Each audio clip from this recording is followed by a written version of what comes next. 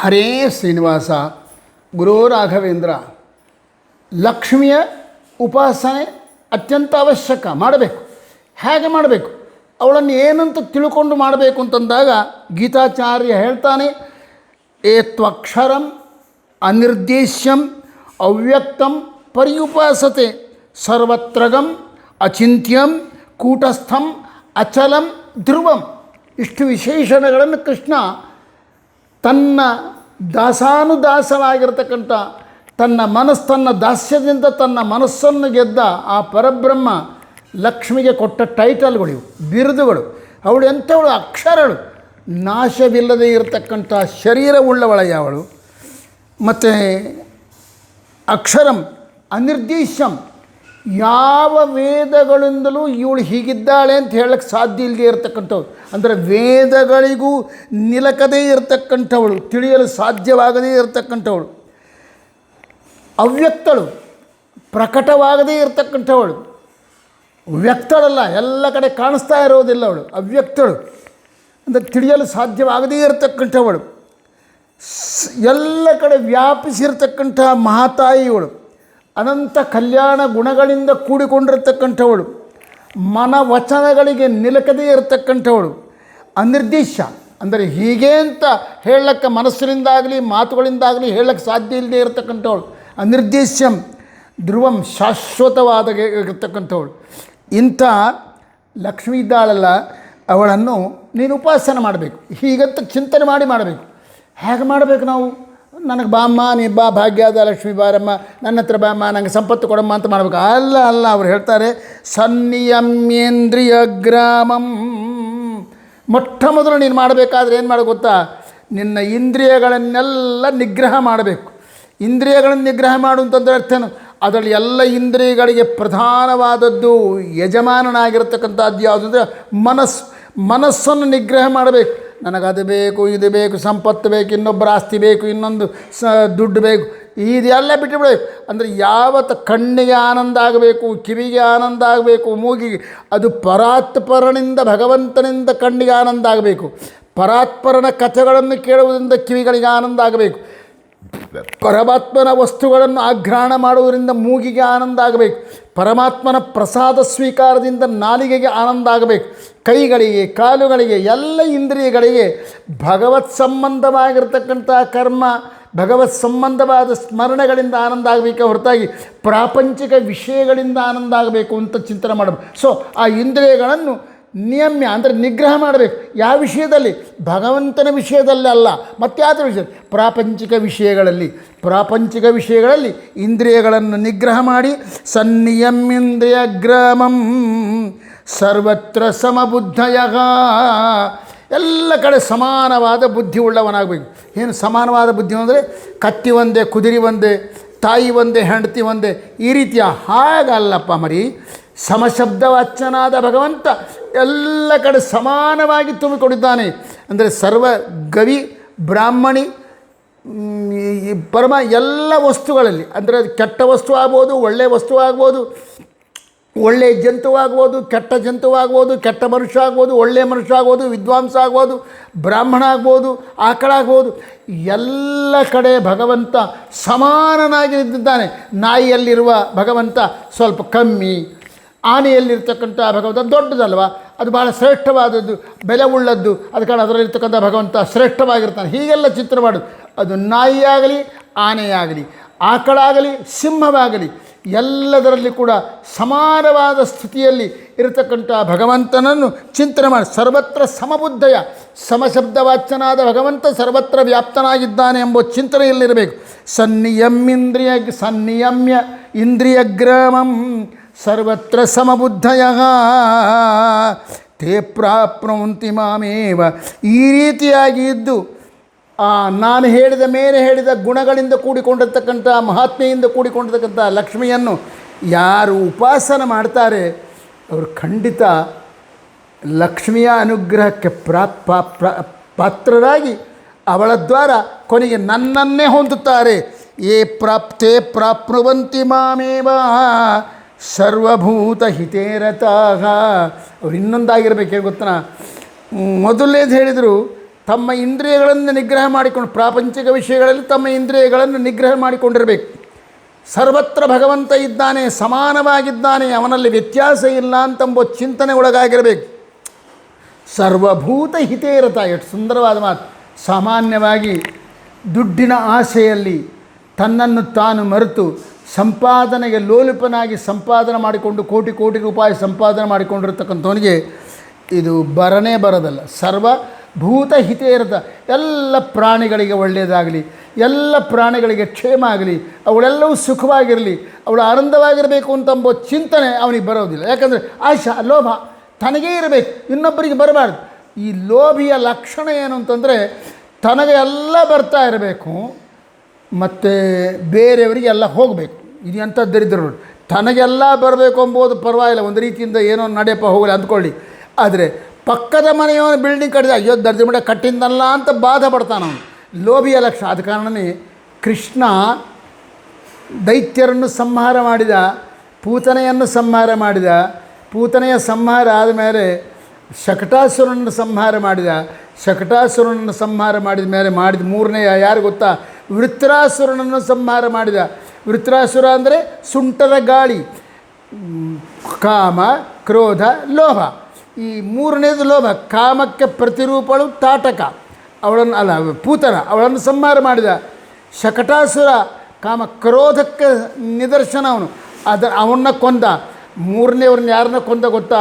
ವೃತ್ರಾಸುರ ಸುಂಟರ ಗಾಳಿಯ ರೂಪದಲ್ಲಿ ಬಂದಿದ್ದು ಕೃಷ್ಣನನ್ನು ಆಕಾಶಕ್ಕೆ ಎತ್ಕೊಂಡು ಹೋಗಿ ಅಲ್ಲಿ ಕೊಲ್ಲಬೇಕು ಅಂತ ಪ್ರಯತ್ನ ಮಾಡಿದ ದೈತ್ಯ ಇದ್ದಾನಲ್ಲ, ಅವನ್ನ ಕೊಂದ. ಯಾಕೆ ಕೊಂದ ಗೊತ್ತಾ? ನಿನ್ನ ಜೀವನದಲ್ಲಿ ಸುಂಟರ ಗಾಳಿಯಂತೆ ಇರತಕ್ಕಂಥದ್ದು ಯಾವುದೊಂದು ಲೋಭ. ಸುಂಟರ ಗಾಳಿ ಏನು ಮಾಡ್ತದೆ? ಇದ್ರ ಭಾಳ ಸಾಲ ಹೇಳಿ ನಾನು.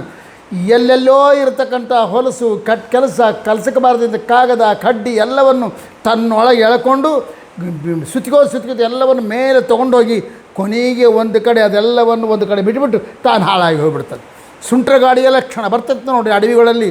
ದೊಡ್ಡ ಭಯಂಕರ, ಈ ಅಮೆರಿಕಾ ಇತ್ಯಾದಿಗಳಲ್ಲಿ ಈ ಸುಂಟರ ಗಾಳಿ ಭಾಳ ಭಯಂಕರ ಅಂಥದ್ದು. ಅದು ಬಂತು ಅಂದರೆ ಮನೆಗಳನ್ನೇ ತೊಗೊಂಡು ಹೋಗಿಬಿಡ್ತಂತೆ, ಕಾರುಗಳನ್ನೇ ಎತ್ಕೊಂಡು ಹೋಗಿಬಿಡ್ತಂತೆ. ಅಂಥ ಸುಂಟರ ಗಾಳಿಯೇ ಲೋಭ. ಲೋಭ ಬೇರೆಯಲ್ಲ, ಸುಂಟರ ಗಾಳಿ ಬೇರೆಯಲ್ಲ. ಲೋಭ ಏನು ಮಾಡ್ತಾರೆ? ಎಲ್ಲವೂ ತನ್ನದಾಗಬೇಕು, ಆದರೆ ಯಾವುದನ್ನು ಅದು ಅನುಭವಿಸೋದಿಲ್ಲ, ಅವನು ಅನುಭವಿಸೋದಿಲ್ಲ, ಅದನ್ನು ಅನ್ಯಾಯವಾಗಿ ಇನ್ನೊಬ್ಬರಿಗೆ ಹಾಳು ಮಾಡಿಬಿಡ್ತಾನೆ.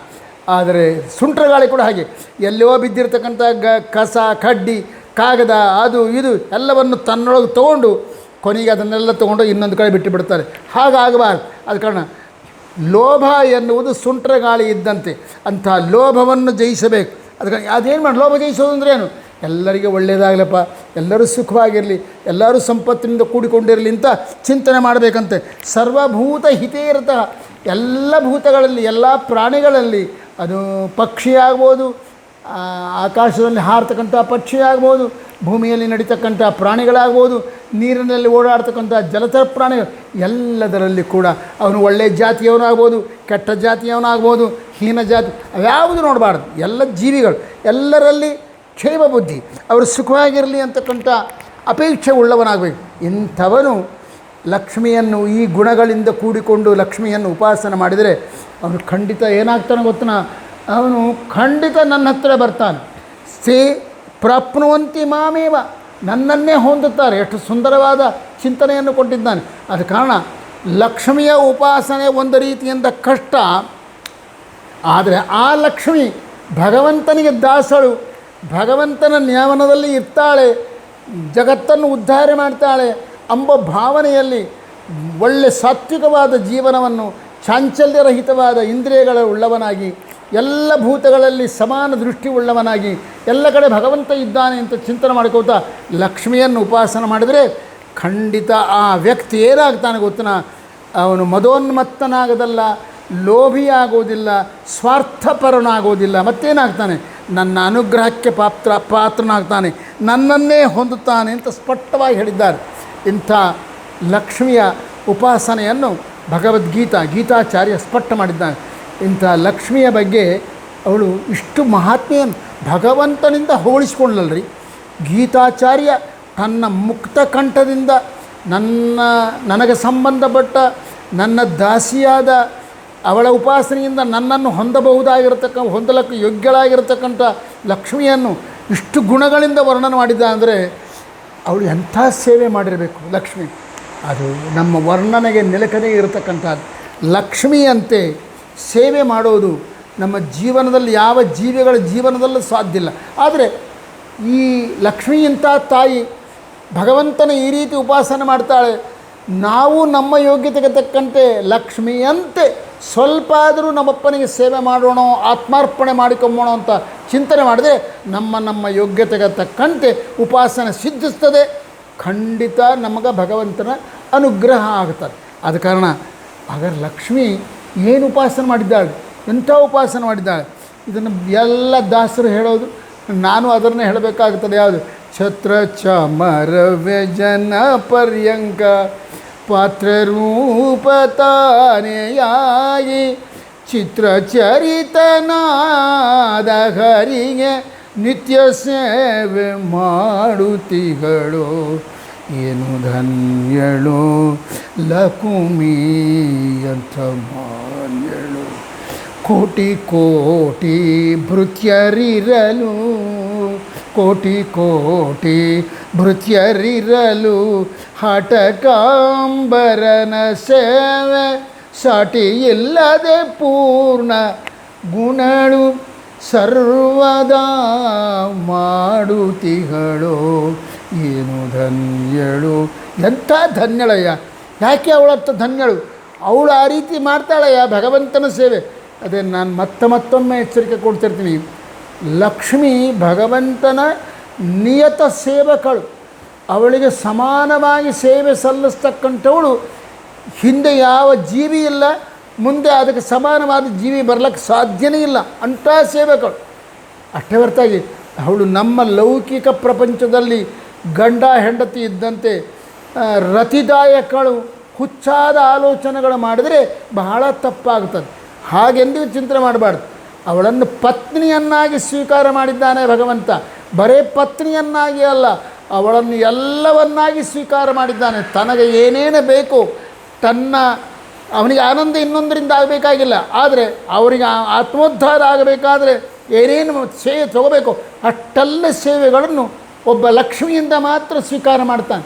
ಮತ್ತಾರಿಂದಲೂ ಅವನು ಭಗವಂತ ಅಷ್ಟು ಸ್ವೀಕಾರ ಮಾಡೋದಿಲ್ಲ. ಬ್ರಹ್ಮದೇವರು ಸೇವೆ ಮಾಡ್ತಾರೆ, ವಾಯುದೇವರು ಸೇವೆ ಮಾಡ್ತಾರೆ, ಮತ್ತು ಮುಂದೆ ಗರುಡ ಶೇಷ ರುದ್ರಾದಿಗಳು ಎಲ್ಲ ದೇವತೆಗಳು ತಮ್ಮ ಯೋಗ್ಯತೆಗೆ ತಕ್ಕಂತೆ ಭಗವಂತನನ್ನು ಸೇವೆ ಮಾಡ್ತಾರೆ.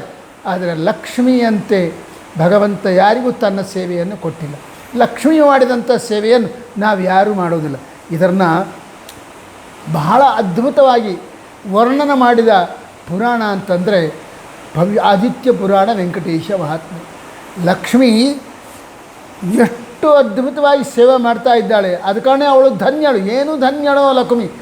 ಪುರಂದರದಾಸರು ಎಂಥ ಪುಣ್ಯಾತ್ಮಳಪ್ಪ, ಎಷ್ಟು ಧನ್ಯಜೀವಿ ಲಕ್ಷ್ಮಿ ಅಂತ ಯಾಕೆ ಅಂದರು ಅಂದರೆ ಅವಳು ಮಾಡುವ ಸೇವೆ, ಅವಳ ಸೇವೆಯನ್ನು ಭಗವಂತ ಪ್ರೀತಿಯಿಂದ ಸ್ವೀಕಾರ ಮಾಡ್ತಾ ಇರೋದು ಕೇಳಿಕೊಂಡು ನೋಡಿ, ಪುರಾಣಗಳಿಂದ ತಿಳ್ಕೊಂಡು, ಉಪನಿಷತ್ತುಗಳಿಂದ ತಿಳ್ಕೊಂಡು, ವೇದಗಳಿಂದ ತಿಳ್ಕೊಂಡು ಅವರು ಮಾತಾಡಿದ್ದಾರೆ. ಏನು ಮಾಡ್ತಾಳೆ, ಹೇಗಿದ್ದಾಳೆ? ಅಹಮೇವಾನುಭೋಕ್ಷ್ಯಾಮಿ ಮತ್ಪತೆ ರಂಗಜಂ ಸುಖಂ ಆತ ಪತ್ರೇಣ ಯತ್ ಪ್ರಾಪ್ಯಂ. ಅವಳು ಮೊದಲೊಂದು ನಿಶ್ಚಯ ಮಾಡಿಲ್ಲಂತ. ಅವಳಿಗೆ ಭಗವಂತ ಎಂಥ ಜ್ಞಾನ ಗೊತ್ತಾ? ಈಗ ನಮಗೂ ಅವಳಿಗಿರೋ ವ್ಯತ್ಯಾಸ. ಯಾಕೆ ನಾವು ಜೀವರು, ನಾವು ಈಶಕೋಟಿಯಲ್ಲಿ ಯಾಕೆ ಪ್ರವಿಷ್ಟರಾಗಿಲ್ಲ, ಲಕ್ಷ್ಮಿಯ ಸ್ಥಾನವನ್ನು ನಾವು ಯಾಕೆ ಹೊಂದಿಲ್ಲ ಅಂದರೆ ಅಹಮೇವಾನುಭೋಕ್ಷ್ಯಾಮಿ ಮತ್ಪತೆ ರಂಗಜಂ ಸುಖಂ. ಅವಳು ಮೊದಲನೇ ಸಂಕಲ್ಪ ಅಂತದ್ದು. ನನ್ನ ಸ್ವಾಮಿ ಏನಿದೆ, ಪತಿ ಅಂದರೆ ಸ್ವಾಮಿ ಅಂತ ಅರ್ಥ, ಬರೀ ಗಂಡ ಅಂತ ಅರ್ಥ ಮಾಡಬಾರ್ದು. ನನ್ನ ಒಡೆಯ, ನನ್ನ ಜೀವನಕ್ಕೆ ಆಧಾರನಾದವನು, ನನ್ನನ್ನು ಸೃಷ್ಟಿಗೆ ತಂದವನು, ನನಗೆ ಈ ಸ್ಥಿತಿ ಕಲ್ಪನೆ ಮಾಡಿದವನು ಒಡೆಯ ಏನಿದ್ದಾರ ಸ್ವಾಮಿ, ಜಗತ್ ಪ್ರಭು. ಆ ಪ್ರಭುವಿನ ಅಂಗದ ಸಂಪರ್ಕ, ಅವನ ಅವಯವದ ಸುಖಗಳು ಮತ್ಪತೆ ರಂಗಜಂ ಸುಖಂ ಅಹಮೇವ ಅನುಭೋಕ್ಷ್ಯಾಮಿ. ನಾನೇ ಅನುಭವಿಸ್ಬೇಕು, ಮತ್ತಾರೂ ಅನುಭವಿಸ್ಬಾರ್ದು. ನಮಗೇನು ವ್ಯತ್ಯಾಸ ಅದು? ನಾವೇನು ಅಂದ್ಕೋತೀವಿ? ಅಹಮೇವ ಅನುಭೋಕ್ಷ್ಯಾಮಿ ಮತ್ಪತೆ ರಂಗಜಂ ಸುಖಂ. ನನ್ನ ಸ್ವಾಮಿಯ ಅಂಗ ಅಂದರೆ ಅವಯವಗಳು, ದೇಹ, ಅವನು ಬೇರೆ ಅಲ್ಲ, ಅವನ ದೇಹ ಬೇರೆ ಅಲ್ಲ.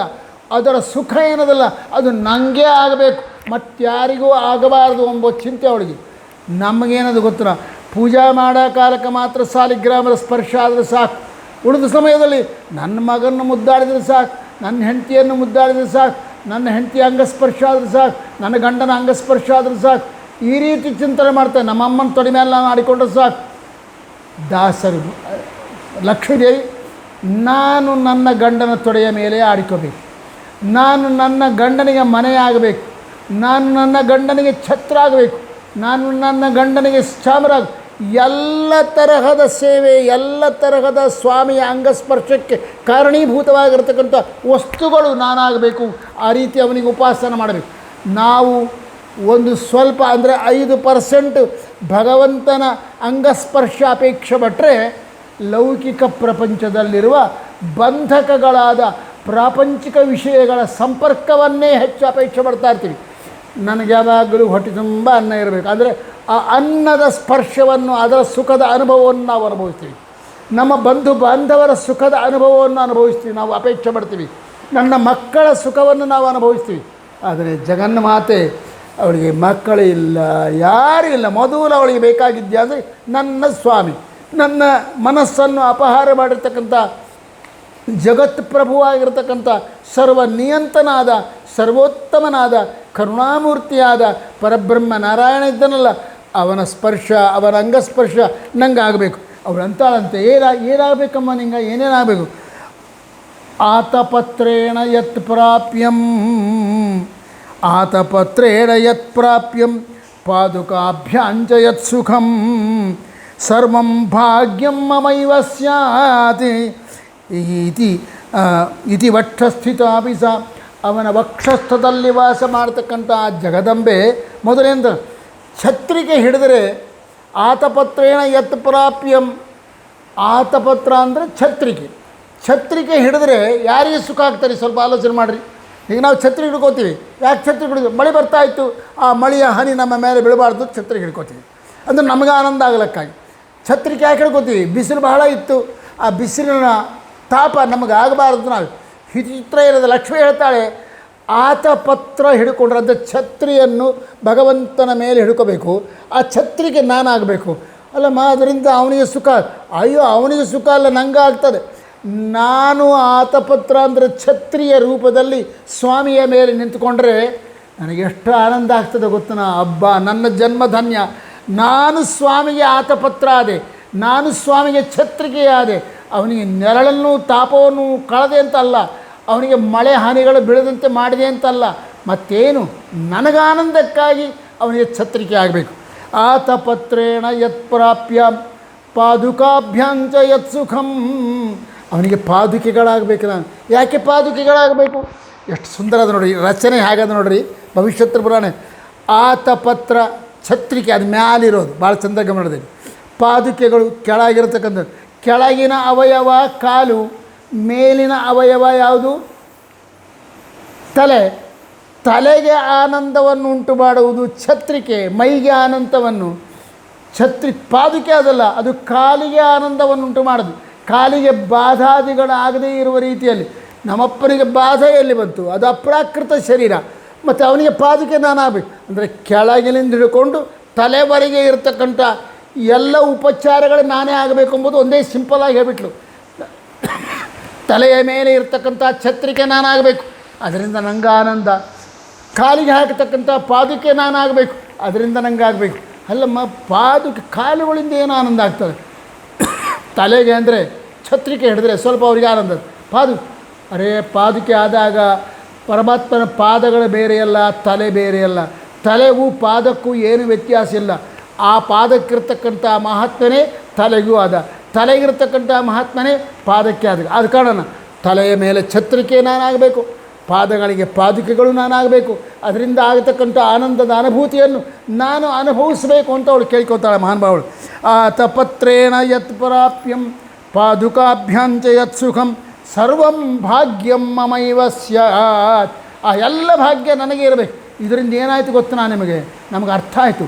ಓಹೋ, ಅಂದರೆ ತಲೆಯಿಂದ ಹಿಡ್ಕೊಂಡು ಕಾಲಿನವರೆಗಿರ್ತಕ್ಕಂಥ ಎಲ್ಲ ವಸ್ತುಗಳು ನಾನಾಗಬೇಕಂದ್ರೆ ಅವನಿಗೆ ಕೈ ಕಡಗ ನಾನೇ ಆಗಬೇಕು, ಕೊರಳಿನಲ್ಲಿ ಕಂಠಾಭರಣಗಳು ನಾನೇ ಆಗಬೇಕು, ತೋಳುಗಳಿಗೆ ನಾಗಾಭರಣ ನಾನೇ ಆಗಬೇಕು, ಭುಜಕೀರ್ತಿಗಳು ನಾನಾಗಬೇಕು, ಕಿವಿಯಲ್ಲಿರ್ತಕ್ಕಂಥ ಲೋಲಾಕ್ಗಳು ನಾನಾಗಬೇಕು, ಕಿರೀಟ ನಾನಾಗಬೇಕು.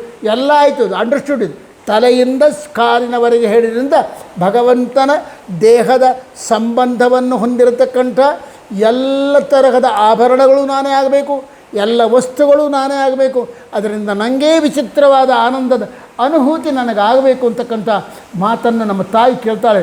ಅಹಮೇವಾನುಭೋಕ್ಷ್ಯಾಮಿ ಮತ್ಪತೆ ರಂಗಜಂ ಸುಖಂ ಆತಪತ್ರೇಣ ಯತ್ ಪ್ರಾಪ್ಯಂ ಪಾದುಕಾಭ್ಯಾಂಚ ಯತ್ ಸುಖಂ ಸರ್ವಂ ಭಾಗ್ಯಂ ಮಮೈವ ಸ್ಯಾತ್.